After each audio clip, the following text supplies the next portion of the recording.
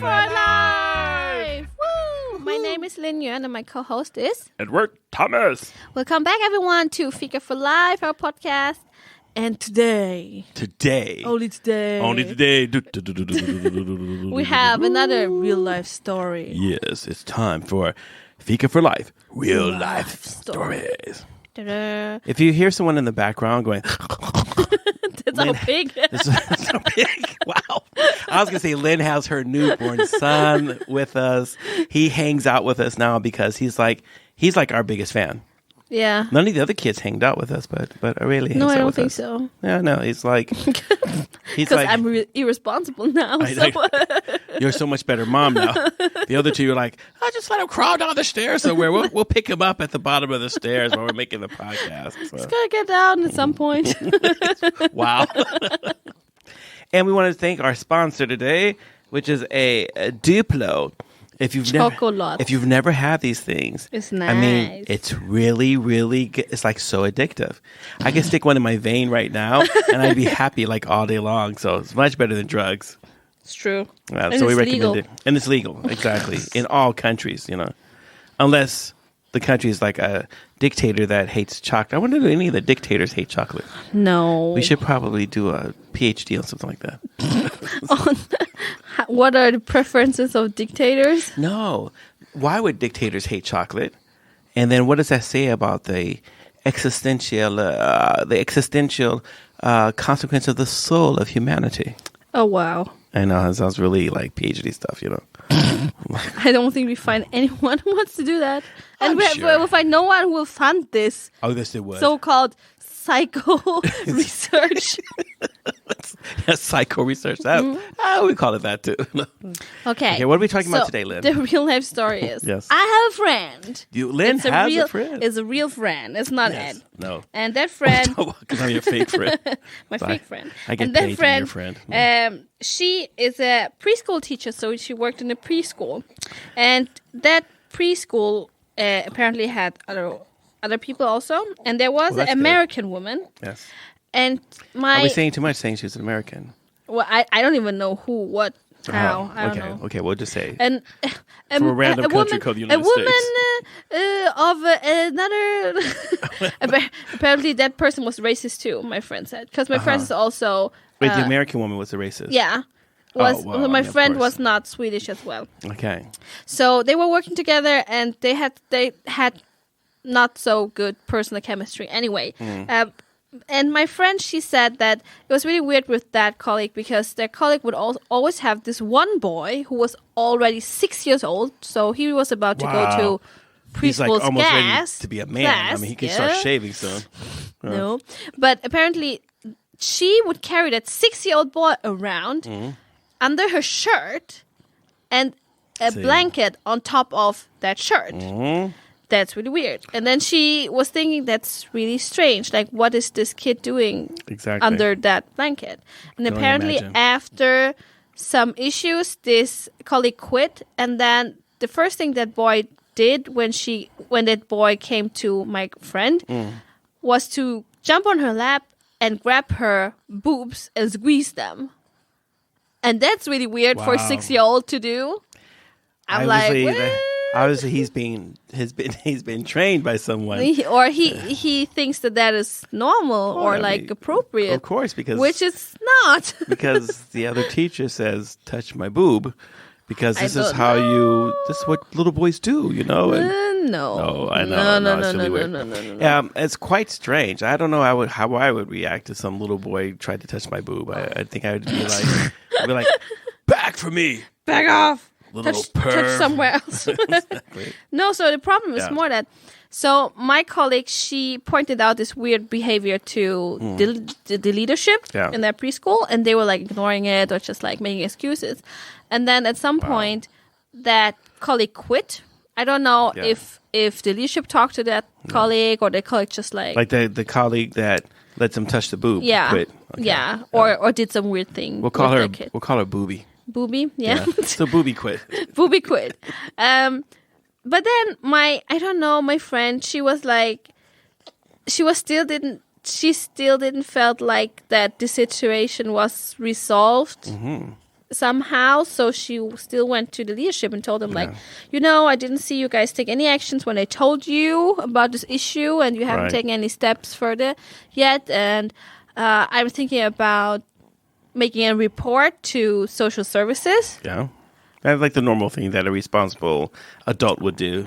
And then the leadership told her that this was her last day and that she was fired. But that's really weird, though, because it you would sounds expect, not like, Swedish. yeah, at like you all. would be able to say, "Hey, okay, you got like a month or 3 months or something like that." Like you can't just. Well, she had like provanställning. What's that in English? So she had like, yeah, it's called provanställning in English too. And I think it's called the. Oh, it's like a testing period. Yeah, it's like when you first get hired and you don't have a permanent contract it's yet. It's called a. I can't remember what it's called in English. And the time between when they can fire you when you stop working is usually shorter during that time than during your permanent contract. Right. You don't get the 3 months no. like you normally do. So she said she would only get 1 month additional pay. Wow. And she was fired on the spot. It means that she didn't even get to like come back and end the whole and that thing. should be something that she could actually have she went to like the union. Yeah. She did went to the union. She said that she just wanted to make sure that she got paid. Right. And I'm like, well, that's a weird place. Yeah, because the union should have been brought in for negotiations. Yeah, to before be able that. To be able to say, because it's kind of weird that you would just fire someone because they said they're going to report something. Or they threatened. Yeah. They threatened to report something. So it was really strange. But then the question is, she got advice from another colleague, I guess. I think it was another colleague. And that other colleague said, like, I don't remember if that colleague responded to the situation or the colleague just said, let me give you advice. When you're doing this testing period, just keep a low profile. Like, that colleague was more like, you're not really in a position to act up or something like that. You don't even have a permanent contract. So, So, you shouldn't make waves. Look the other way. Yeah, don't make waves, during that time. And then my colleague, or then my friend, she was like, but how can this is like kids. It's not like some trivial thing. Exactly. Someone could just destroy this kid's life because they were acting weirdly. I mean, he would definitely, he's just looking to get beat up at some point in his life. Going to, I'm like in 7th grade. And I go to some girl and touch her boob and she just beat me up, punched me in my eye. And the question is like, do the parents know? Is that like a thing the parents are aware of? Probably not. I mean, how would you tell the parents? Oh, here at our preschool, we train little boys to climb up women's dresses and touch the boob because we feel that helps them to get in contact with their feminine side. Or just like, this is appropriate way to find comfort and safety. No. You have to. It's not. You as an adult or as a caregiver and as a parent, as a normal human being, you're responsible to teach them like a appropriate way to find comfort and safety. Hey, give me a hug. Okay, hey, here you go. Give me a piece of candy. I mean, like I had crazy. Someone I know, and her son she was still not really breastfeeding, but almost breastfeeding her 5-year-old. And wait, how do you almost breastfeed a? What do you do? Like you take the boob out and you're like, here you go. Nah, just kidding. Put it back in. No. But more like, so I asked her, so why is he doing that? Have you asked him? Because he's 5, so you can talk to him. Yeah. And then she was like, well, he says that he needs it for comfort and he wants to be close to mom. I'm like, you got to teach that boy some wait. Some other method. Like he's like, I just want to be close to mom, and I just can't get over the breast milk. Ew. I just need more. And he's just like, I mean, come on. In our society, but the thing is, it's not the breast milk thing. It's like just the being close and I don't know, the sucking thing. Wait, so he's. I mean, okay. But he's sucking on that titty. Okay, I was. That's what I want to know. I want to know what kind of contact is he having? Because, like, I mean, if you have a 5-year-old, he just wants to put his head on there and rub his face in there. No, that's very different. Okay, but I think once you're putting it in your mouth and you're 5 years old, that's too much. I mean, there are societies in the world where they breastfeed until they're like 5 or 6 or 7 or whatever. Really? Yeah, I think 2 is they're like 2, tribal 3. things or whatever. People out somewhere in like bush, and I'm like, well, there's nothing else out here to kill, so here, take some mama. But like in the Western world, we don't have a need for it to breastfeed that long. No. And so it's really like I'm always disturbed when I see a 5-year-old. We're at How a restaurant. often do you see that? Well, when I go out to a restaurant to eat, there's always some 5-year-old. Really? No. That's what? Like, what? Someone's always 5-year-old says, no. I've got my own appetizer. Like, just reaches in. I'm like, what do you want to drink? Oh, I brought my thermos. I brought my thermos. She's sitting there. I like it fresh off the breast. I'm sorry for you people who Those of you might listen, do that, but it's just socially not really accepted. I'm thinking like all the really conservative people who listen to us. But it's not about a conservative thing, though. You know what? I can't believe they're talking about sucking a breast on the radio. I mean, just like, what is wrong with these people? They can't be Christian. They're going to burn in hell. Really? They're going to burn.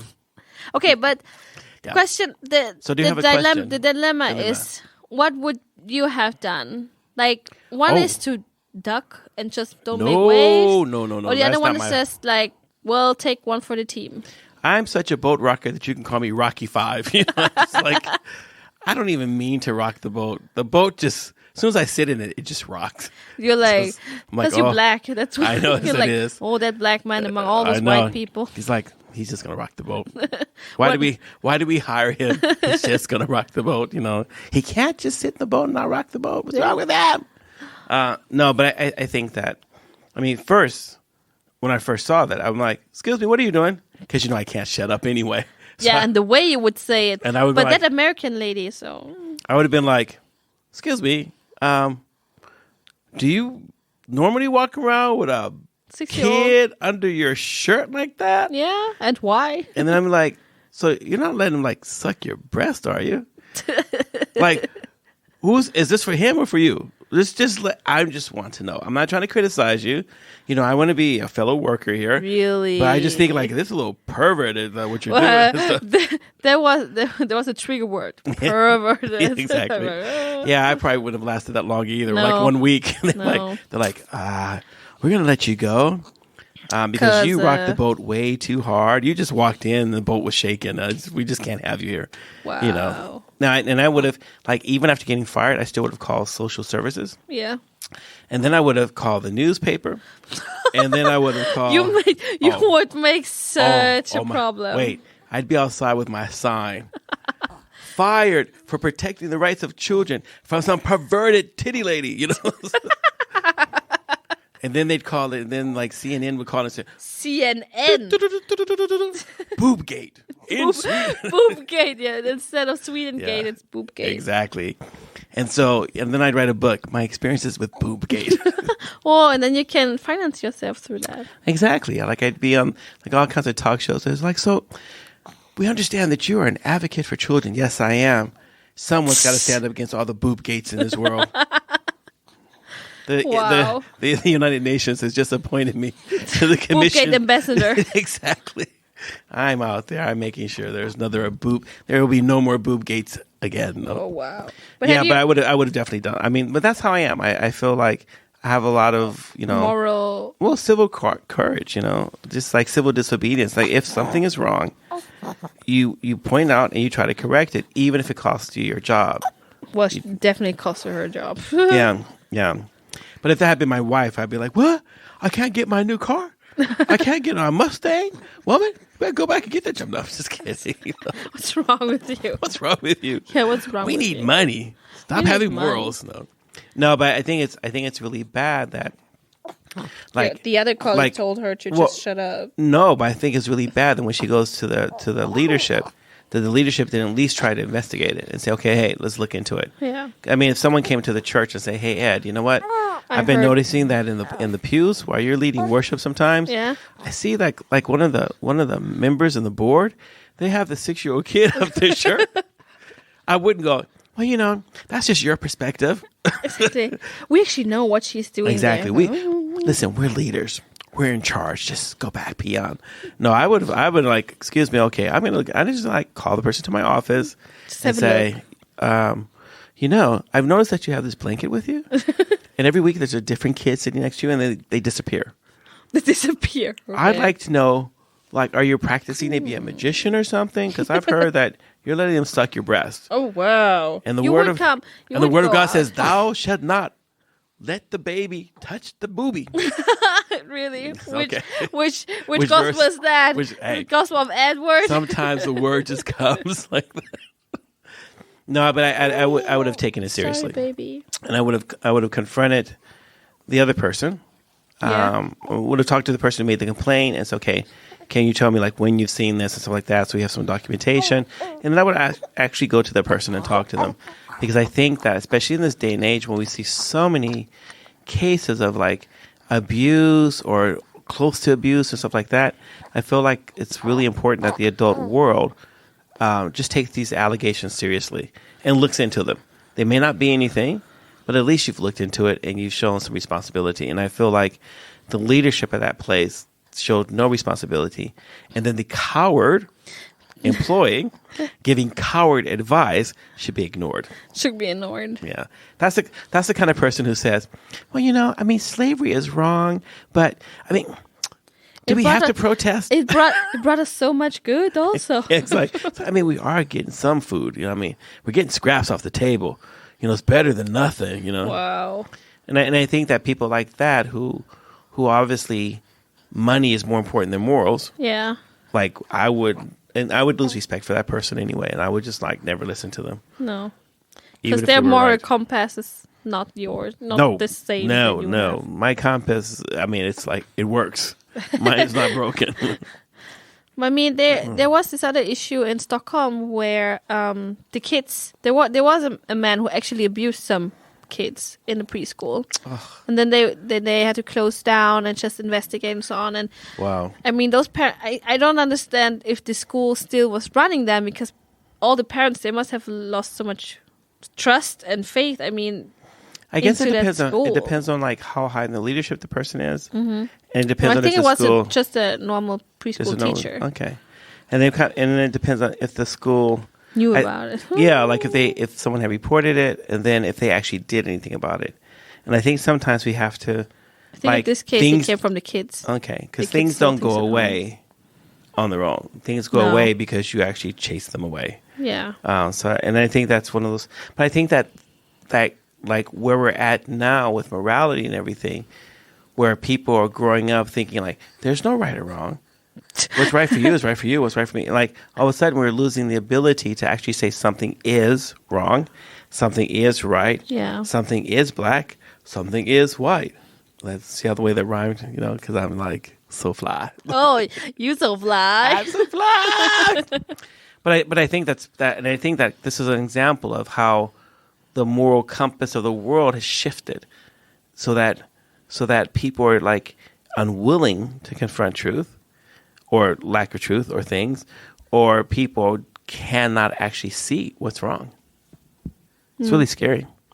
I have another, or not another example, but our friend Tim and me, we wanted to sit down one Friday, just have a relaxed time. Yeah. Went to watch a movie, and he was like, "Oh, I know this movie. Let's watch this."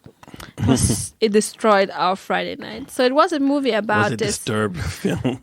We just wanted to have like a light movie where you can laugh and just not use your brain. He's not going to do that. And then this movie was about this one poor man. He worked at a preschool. Yeah.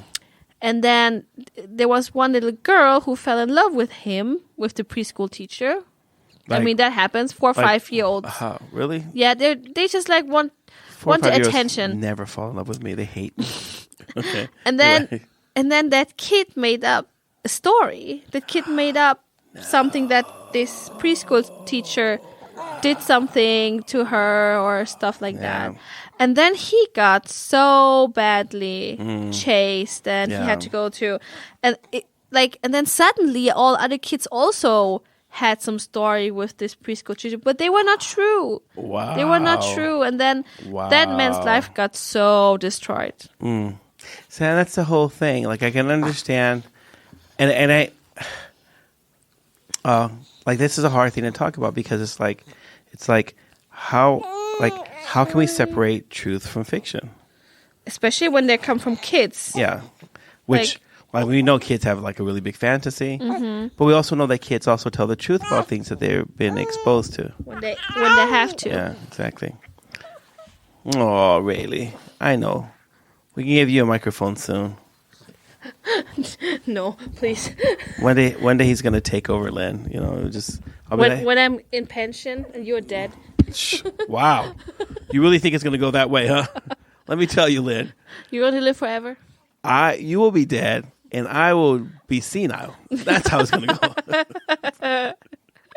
I won't know that you're going to be like, okay, it's time for Fika for Life. They're like, what is he talking about? Where's Lynn? And I'm like, so Lynn? And like, she not okay, here. He's at it again. Shut up, Lynn is alive. I see her right now in front of me. You know? But I think, like, in the case of my friend, I think maybe there would have been a better way to do it. I mean, what do you think? Because I don't know how she did it, like how she talked to the leadership. Right. Maybe she was too abrasive. Maybe she was too threatening instead of like giving an opportunity to like, hey, you guys can still turn this around. Instead of just like, I'm going to go and report you guys. How long after? Sorry, I'm going to eat one of these things because they're so good. But how long? Like. How long after she had reported the first time to them? I don't know. I don't know the time. That would be really interesting. If it was like the next day, maybe she was a little too much. But if it had gone like a couple of weeks, the other person had quit already too. Yeah, the other person quit, and then she said like there was no warning that she would be fired. There was not like that they said, well, let us consider that or let us think about it or blah, blah, or whatever. It was just like from...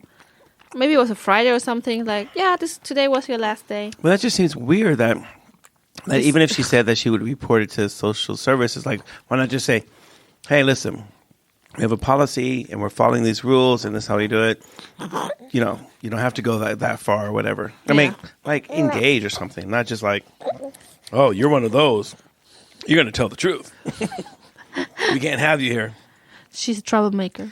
And it's kind of interesting because if her other colleagues said, "Oh, you're not permanently employed, so you shouldn't rock the boat," does that mean that she was aware of this problem also, but chose not to say anything, and therefore becomes a co-conspirator?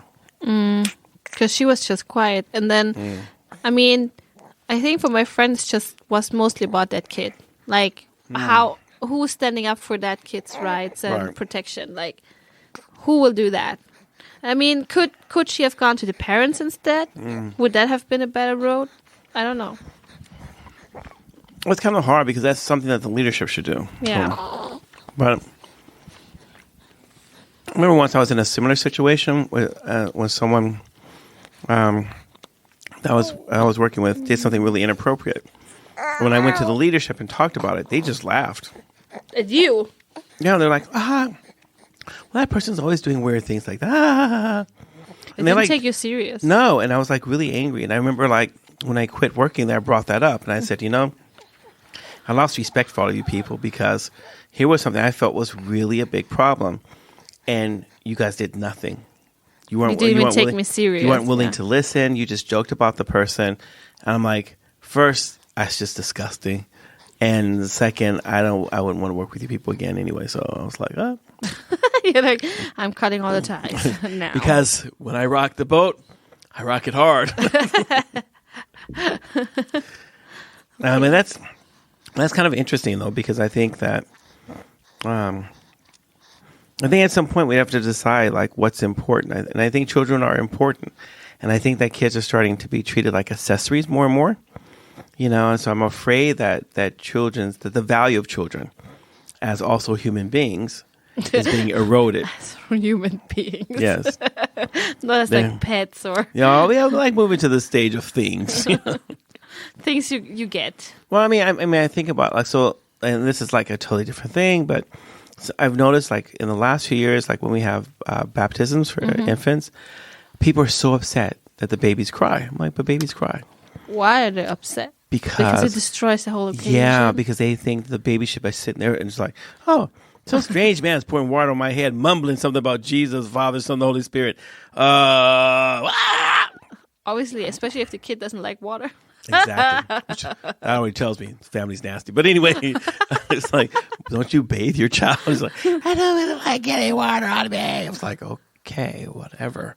And I think that I don't know, it kind of bothers me that people are like. But how do they get upset? They're like, no. They're just like, oh, I can't. Like, you just see, like, they're just distraught. You see in their face. They're like, because obviously if you're taking the selfie or the picture or whatever, you want this picture of this baby who's looking all happy.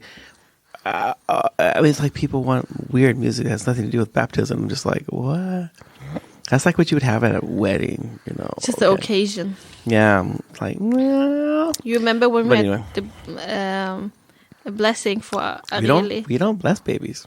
We thank God for babies. We thank God for babies, and Itai was just running around, like, I know, and he couldn't sit still. But he was just being a little kid. Yeah, I'm like, he's a kid. What are you expecting? I mean, he could have come up and just said like, blah, blah, blah, blah, blah. And we're like, okay, whatever. I would turn around, blah, blah, blah, just pack. It's like, okay. Kids being kids, it's only the problem is when adults do it. Yeah, that's like, no. People are like, oh my gosh, I can't believe he's preaching again. And they just get up and start walking around the church, playing with toys, bricks and everything. I'm just like, oh, could you please not do that? So I hope everyone maybe have a thought experiment. What would you have done? Like, exactly. Honestly. Maybe you can discuss this with some friends or send us some message. What would you have done in this situation? Us, write to us and tell us what you would have done. And hopefully you would have done the right thing. And you already know what that is because I already told you what it is. Exactly. You know what we're expecting of you. Exactly. And if you're not like that, just wait. We'll get you on the air. Thanks for listening, everyone. Thanks for listening. To another episode of Fika for Life.